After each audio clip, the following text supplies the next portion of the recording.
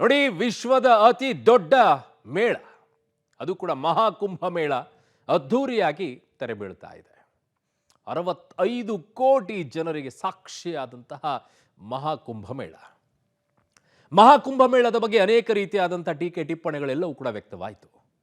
ಆದರೂ ಕೂಡ ಜನ ಅದೆಲ್ಲವನ್ನು ಕೂಡ ಲೆಕ್ಕಿಸದೇನೆ ಇದು ನಮ್ಮ ನಂಬಿಕೆ, ಇದು ನಮ್ಮ ವಿಶ್ವಾಸ ಅನ್ನುವಂಥ ಮಾತುಗಳನ್ನು ಹೇಳ್ತಾ ಅವ್ಯಾವುದನ್ನು ಕೂಡ ಕಿವಿಗೆ ಹಾಕಿಕೊಳ್ಳದೇನೆ ಈ ಮಹಾಕುಂಭ ಮೇಳಕ್ಕೆ ಹೋಗಿ ಪುಣ್ಯ ಸ್ನಾನವನ್ನು ಮಾಡಿಕೊಂಡು ಇನ್ನೂ ಕೂಡ ಬರ್ತಾ ಇದ್ದಾರೆ.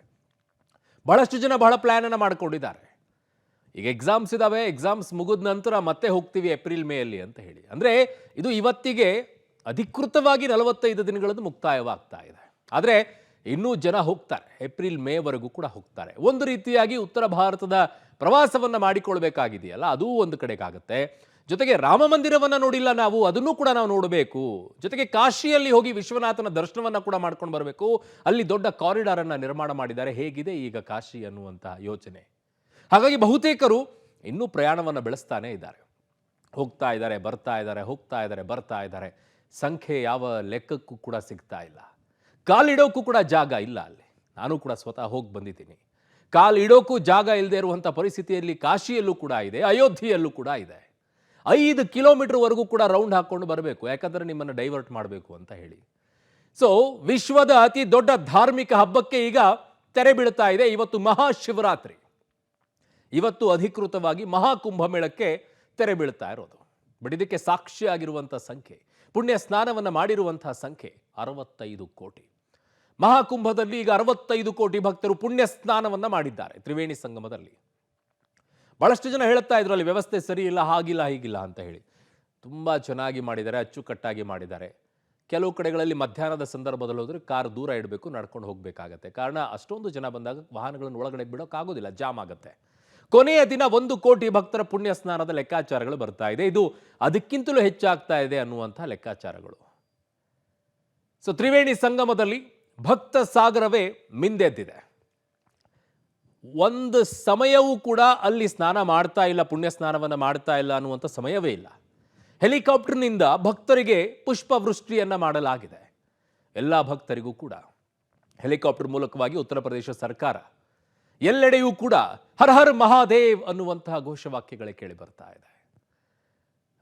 ಮಧ್ಯರಾತ್ರಿ 12 ಗಂಟೆಯಿಂದ ಮಧ್ಯರಾತ್ರಿ 12 ಗಂಟೆಯವರೆಗೂ ಕೂಡ ಬಿಡುವಿಲ್ಲದೇನೆ ಸ್ನಾನವನ್ನು ಮಾಡ್ತಾ ಇದ್ದಾರೆ, ಪುಣ್ಯ ಸ್ನಾನವನ್ನು. ಅದರ ಡೀಟೇಲ್ ವರದಿ ಇಲ್ಲಿದೆ ನೋಡಿ. ವಿಶ್ವದ ಅತಿ ದೊಡ್ಡ ಧಾರ್ಮಿಕ ಹಬ್ಬಕ್ಕೆ ತೆರೆ. ಮಹಾಕುಂಭದಲ್ಲಿ 65 ಕೋಟಿ ಭಕ್ತರ ಪುಣ್ಯ ಸ್ನಾನ. ಕೊನೆಯ ದಿನ 1 ಕೋಟಿ ಭಕ್ತರ ಪುಣ್ಯ ಸ್ನಾನ. ಅದ್ಭುತ, ಅಮೋಘ, ಅವಿಸ್ಮರಣೀಯ. ಪ್ರಯಾಗ್ರಾಜ್ನಲ್ಲಿ ನಡೀತಾ ಇದ್ದ ಮಹಾಕುಂಭ ಮೇಳಕ್ಕೆ ತೆರೆ ಬಿದ್ದಿದೆ. ಶಿವರಾತ್ರಿಯ ಹಿನ್ನೆಲೆಯಲ್ಲಿ ಇಂದು ನಡೆದ ಕಡೆಯ ಅಮೃತ ಸ್ನಾನದಲ್ಲಿ 1 ಕೋಟಿಗೂ ಅಧಿಕ ಜನ ಭಾಗಿಯಾಗಿ ತ್ರಿವೇಣಿ ಸಂಗಮದಲ್ಲಿ ಮಿಂದೆದ್ದಿದ್ದಾರೆ. ಎಲ್ಲೆಡೆ ಹರ ಹರ ಮಹಾದೇವ್ ಘೋಷವಾಕ್ಯ ಮೊಳಗಿತು. ತ್ರಿವೇಣಿ ಸಂಗಮದಲ್ಲಿ ಭಕ್ತ ಸಾಗರ.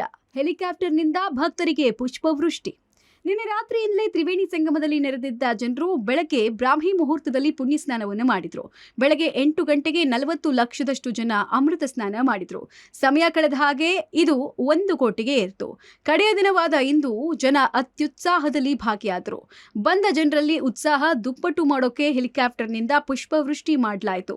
ಮಹಾಶಿವರಾತ್ರಿಯು ಶಿವ ಮತ್ತು ಪಾರ್ವತಿಯ ದೈವಿಕ ಮಿಲನವನ್ನ ಸೂಚಿಸುತ್ತೆ ಮತ್ತು ಪ್ರತಿ 12 ವರ್ಷಗಳಿಗೊಮ್ಮೆ ನಡೆಯುವ ಕುಂಭಮೇಳದ ಸಂದರ್ಭದಲ್ಲಿ ಇದು ಆಳವಾದ ಮಹತ್ವವನ್ನ ಹೊಂದಿದೆ. ಭಕ್ತರಿಗೆ ಮೋಕ್ಷವನ್ನ ನೀಡುತ್ತೆ ಅಂತ ನಂಬಲಾಗಿದೆ. ಹಿಂದೂ ಪುರಾಣಗಳ ಪ್ರಕಾರ ಶಿವನು ಸಮುದ್ರ ಮಂಥನದಲ್ಲಿ ಪ್ರಮುಖ ಪಾತ್ರ ವಹಿಸಿದ ಕಾರಣ ಮಹಾಕುಂಭ ಮೇಳಕ್ಕೆ ಶಿವರಾತ್ರಿಯ ದಿನದಂದು ವಿಶೇಷ ಪ್ರಾಧಾನ್ಯತೆ ನೀಡಲಾಗುತ್ತೆ. ಭದ್ರತೆ ದೃಷ್ಟಿಯಿಂದ ಸಾಕಷ್ಟು ಪರ್ಯಾಯ ಕ್ರಮಗಳನ್ನು ತೆಗೆದುಕೊಳ್ಳಲಾಗಿತ್ತು. ಹೊರಗಿಂದ ಬರುವ ಜನರಿಗೆ ತ್ರಿವೇಣಿ ಸಂಗಮದ ಬದಲು ಹತ್ತಿರದ ಘಾಟ್ಗಳಲ್ಲಿ ಸ್ನಾನದ ವ್ಯವಸ್ಥೆ ಮಾಡಲಾಗಿತ್ತು. ಹಿರಿಯ ಅಧಿಕಾರಿಗಳ ನೇತೃತ್ವದಲ್ಲಿ ಎಲ್ಲೆಡೆ ಹದ್ದಿನ ಕಣ್ಣು ಇಡುವ ಕೆಲಸ ಮಾಡಲಾಯಿತು. ಸಿಸಿಟಿವಿ ಸರ್ಪಕಾವಲು ಹಾಕಲಾಗಿತ್ತು. ಇನ್ನು ಜನವರಿ 13ರಿಂದ ಆರಂಭವಾದ ಮಹಾಕುಂಭದ ವೈಭವ ಹೇಗಿತ್ತು ಅಂತ ನೋಡೋದಾದ್ರೆ, ಮೊದಲ ಪುಣ್ಯ ಸ್ನಾನ ಪೌಷ್ ಪೂರ್ಣಿಮದಂದು ಜನವರಿ 13ನೇ ತಾರೀಕು ಜರುಗಿತು. 2ನೇ ಪುಣ್ಯ ಸ್ನಾನ ಆಗಿದ್ದು ಮಕರ ಸಂಕ್ರಾಂತಿ ದಿನದಂದು ಜನವರಿ 14ಕ್ಕೆ. 3ನೇ ಪುಣ್ಯ ಸ್ನಾನ ಆಗಿದ್ದು ಮೌನಿ ಅಮಾವಾಸ್ಯ ದಿನ, ಅದು ಜನವರಿ 29ನೇ ತಾರೀಕು. 4ನೇ ಪುಣ್ಯ ಸ್ನಾನ ಬಸಂತ ಪಂಚಮಿಯಂದು ಫೆಬ್ರವರಿ 3ನೇ ತಾರೀಕು ಆಯಿತು. 5ನೇ ಪುಣ್ಯ ಸ್ನಾನ ಮಾಘಿ ಪೂರ್ಣಿಮಾದಂದು ಆಯಿತು. ಫೆಬ್ರವರಿ 12ನೇ ತಾರೀಕು ಈ ಅಮೃತ ಸ್ನಾನವನ್ನ ಜನ ಮಾಡಿದ್ರು. 6ನೇ ಪುಣ್ಯ ಸ್ನಾನ ಅಂದ್ರೆ ಅಮೃತ ಸ್ನಾನ ಇವತ್ತು ನಡೆಯಲಾಗ್ತಾ ಇದೆ. ಮಕರ ಸಂಕ್ರಾಂತಿ, ಮೌನಿ ಅಮಾವಾಸ್ಯೆ, ಬಸಂತ ಪಂಚಮಿ ಹಾಗೂ ಶಿವರಾತ್ರಿ ದಿನದಂದು ಕೋಟ್ಯಾಂತರ ಜನ ತ್ರಿವೇಣಿ ಸಂಗಮದಲ್ಲಿ ಅಮೃತ ಸ್ನಾನ ಮಾಡಿದ್ರು. ಜನವರಿ 29ನೇ ತಾರೀಕು ಮೌನಿ ಅಮಾವಾಸ್ಯೆ ದಿನದಂದು ನಡೆದಂತಹ ಕಾಲ್ತುಳಿತದಲ್ಲಿ 30 ಜನ ಮೃತಪಟ್ಟಿದ್ರು. ಅಪಾರ ಸಂಖ್ಯೆಯ ಜನಸ್ತೋಮ ಏಕಾಏಕಿ ಪ್ರವೇಶ ಮಾಡಿದ ಹಿನ್ನೆಲೆಯಲ್ಲಿ ಕಾಲ್ತುಳಿತ ಸಂಭವಿಸಿತು. ಈ ದುರ್ಘಟನೆಯಲ್ಲಿ 4 ಮಂದಿ ಕನ್ನಡಿಗರು ಅಸುನೂಗಿದ್ರು. ಇದಲ್ಲದೆ 4 ಬಾರಿ ಮಹಾಕುಂಭಮೇಳದ ಟೆಂಟ್ ಸಿಟಿಯಲ್ಲಿ ಅಗ್ನಿ ಅವಘಡ ಸಂಭವಿಸಿತು. ಆದರೆ ಅದೃಷ್ಟವಶಾತ್ ಯಾವುದೇ ಪ್ರಾಣಹಾನಿ ಆಗಲಿಲ್ಲ. ಒಂದೆರಡು ದುರ್ಘಟನೆಗಳ ನಡುವೆ ಮಹಾಕುಂಭಮೇಳ ಅದ್ದೂರಿಯಾಗಿ ನಡೆದಿದೆ. ಜಗತ್ತಿನ ಅತಿದೊಡ್ಡ ಧಾರ್ಮಿಕ ಉತ್ಸವವಾಗಿ ಬದಲಾಗಿದೆ. ಈ ಮಹಾಕುಂಭಮೇಳ ಹಲವು ದಾಖಲೆಗಳು ಗಿನ್ನಿಸ್ ವರ್ಲ್ಡ್ ಬುಕ್ ಆಫ್ ರೆಕಾರ್ಡ್ಗೆ ಸೇರಿದ್ವು. ಈ ಮೂಲಕ ವಿಶ್ವಕ್ಕೆ ಭಾರತದ ಧಾರ್ಮಿಕ ಶಕ್ತಿಯ ಪರಿಚಯವನ್ನ ಮಹಾಕುಂಭಮೇಳ ಮಾಡಿಸಿದೆ. ಶಬ್ಬೀರ್ ನಿಡಗುಂದಿ, ಪಬ್ಲಿಕ್ ಟಿವಿ, ನವದೆಹಲಿ. ಭಾಳಷ್ಟು ಜನ ಏನೇ ಹೇಳಿ ಮಾತಾಡ್ಬೋದು. ಏನಾಗ್ಬಿಡುತ್ತೆ ಹೋಗಿ ಸ್ನಾನ ಮಾಡ್ಕೊಂಡು ಬಂದರೆ, ಪಾಪ ಕಳೆದು ಹೋಗ್ಬಿಡುತ್ತೆ ಅನ್ನುವಂಥದ್ದನ್ನು ಹೇಳ್ತಾರಲ್ಲ. ಪಾಪ ಕಳೆದು ಹೋಗುತ್ತೇನ್ರಿ ಅಂತಂದರೆ ಪಾಪ ಕಳೆಯುತ್ತೋ ಬಿಡುತ್ತೋ ಗೊತ್ತಿಲ್ಲ, ಒಂದು ಪಾಸಿಟಿವ್ ಎನರ್ಜಿ ಅಂತೂ ಸಿಗುತ್ತೆ. ಸತ್ಯವಾಗ್ಲೂ ಹೇಳ್ತೀನಿ, ಆ ಜನ ಎಲ್ಲ ಅಲ್ಲಿರುವಂಥ ಜಾಗದಲ್ಲಿ ಹೋಗಿ ಆ ಪುಣ್ಯ ಸ್ನಾನವನ್ನು ಮಾಡ್ಕೊಂಡು ಬಂದಾಗ ನಿಮ್ಗೆ ಸಿಗುವಂಥ ಎನರ್ಜಿ ಇದೆಯಲ್ಲ, ಅಲ್ಲಂತ ಅಷ್ಟೇ ಅಲ್ಲ, ನಿಮಗೆ ಯಾವುದೇ ಧಾರ್ಮಿಕ ಕೇಂದ್ರಗಳಿಗೆ ಹೋದಾಗ ಸಿಗುವಂಥ ಪಾಸಿಟಿವ್ ಎನರ್ಜಿ ಇದೆಯಲ್ಲ, ಅದು ಯಾವುದಕ್ಕೂ ಕಂಪೇರ್ ಮಾಡ್ಕೊಳ್ಳೋಕ್ಕಾಗಲ್ಲ. ನೀವೆಲ್ಲೋ ಹೋಗ್ಬಿಟ್ಟು ಏನೋ ಕೇಳ್ಕೊಂಡಾಗ ಸಿಗೋದಲ್ಲ. ಅಲ್ಲಿ ಹೋಗಿ ಬಂದಾಗ ವೈಬ್ರೇಷನ್ ಇದೆಯಲ್ಲ, ಅದು ಅಲ್ಟಿಮೇಟ್ ಆಗಿರುತ್ತೆ. ಸೊ ಆ ವೈಬ್ರೇಷನನ್ನು ಪಡ್ಕೊಳ್ಬೇಕು. ಆವಾಗಲೇ ನಿಮ್ಮಲ್ಲಿ ಒಂದಿಷ್ಟು ನೆಗೆಟಿವಿಟಿ ಹೊರಟೋಗುತ್ತೆ. ಪಾಪ ಅಂದರೆ ಏನು? ನಿಮ್ಮಲ್ಲಿರುವಂಥ ನೆಗೆಟಿವನ್ನು ಕಳೆದು ಹಾಕ್ಕೊಳ್ಳೋದು. ಮಾಡಿರುವಂಥ ಪಾಪಗಳನ್ನು ಕರ್ಮಗಳಿಗೆ ಕಳ್ಕೊಳ್ಳೋಕ್ಕಾಗಲ್ಲ, ಅದು ಕಂಟಿನ್ಯೂಸ್ ಆಗಿರುತ್ತೆ. ಬಟ್ ನೆಗೆಟಿವಿಟಿ ಹೋಗುತ್ತೆ, ಪಾಸಿಟಿವಿಟಿ ಬರುತ್ತೆ. ಹಾಗಾಗಿನೇ ಕೆಲವು ಜಾಗಗಳಿಗೆ ಹೋಗಬೇಕು ಅಂತಾರೆ. ಅದು 144 ವರ್ಷಗಳಿಗೆ ಇಷ್ಟೊಂದು ಅದ್ಭುತವಾಗಿ ವ್ಯವಸ್ಥೆಯನ್ನು ಮಾಡ್ಕೊಂಡಿದ್ದಾರೆ ಅಂತಂದಾಗ ಅಲ್ಲಿ ಹೋಗದೇ ಇದ್ದರೆ ಈ ದೇಶದಲ್ಲೂ ಇದ್ದು ನಾವು ಒಂಥರ ಏನೋ ಮಿಸ್ ಮಾಡ್ಕೊಂಡಿದ್ದೀವಿ ಅಂತ ಅನಿಸ್ಬಿಡುತ್ತೆ. ಸೊ ಹಾಗಾಗಿ ಸಾಧ್ಯ ಆದರೆ ನೋಡಿ, ನೀವು ಕೂಡ ಪ್ರಯತ್ನ ಪಡಿ. ಏಪ್ರಿಲ್ ಮೇಯಲ್ಲಿ ಹೋಗ್ಬೋದು, ಏನು ತೊಂದರೆ ಇಲ್ಲ. ಈಗಲೇ ಹೋಗಬೇಕು ಆಗಲೇ ಹೋಗಬೇಕು ಅಂತಿಲ್ಲ. ಹೋಗಿ ಆರಾಮಾಗಿ ನಿಧಾನವಾಗಿ ಹೋಗಿ ಬನ್ನಿ ಒಟ್ಟಿನಲ್ಲಿ.